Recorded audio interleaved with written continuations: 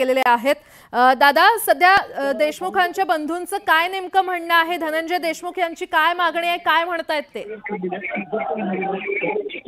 त्यांची मागणी अशी आहे की बाबा जे काही खंडणीमुळे त्यांच्या भावाचा खून झालेला आहे, तर मग खंडणीमधले आरोपी त्यांनी 302 मध्ये घेतलेले नाहीत आणि त्या आरोपींना वाचवायचा प्रयत्न चालू आहे शासनाचा आणि त्या लोकांना मोक्यामध्ये घेतलेलं नाही आणि 302 मध्येही घेतलेलं नाहीये। त्यामुळं हॅलो, बोला बोला दादा, एक मिनिट यांना कनेक्ट करताय। धनंजयशी एकदा दाखवा, त्यांना बोला। एक मिनिट धनंजयशी एकदा ऐका।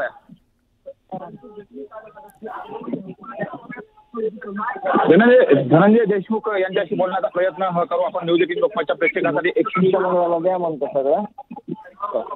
दादा, आमचं बोलणं फक्त धनंजय देशमुख यांच्याशी आता करून द्या।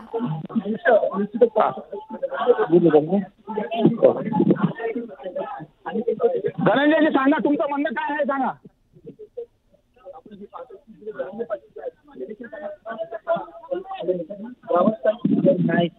धनंजयजी, आपलं नेमकं म्हणणं काय आहे? काय आहे तुमची मागणी? दादा, साऊंड ओपन करा। हां, बोला। 2 minute sir. Link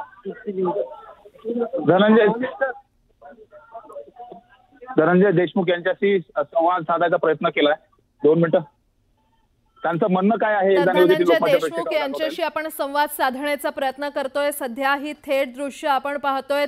Dhananjay Deshmukh हे न्यूज 18 लोकमतशी संवाद साधतीलच, मात्र ही थेट दृश्य आपण पाहतोय। धनंजय देशमुख यांनी मागणी लावून धरलेली आहे। खरं तर पोलीस प्रशासनाकडून त्यांना कोणतीच अपडेट दिली जात नसल्याचं देखील धनंजय देशमुख यांचं म्हणणं आहे। पुन्हा एकदा आपण दादा यांना विनंती करूया। दादा, आमचं बोलणं धनंजय देशमुख यांच्याशी करून द्या।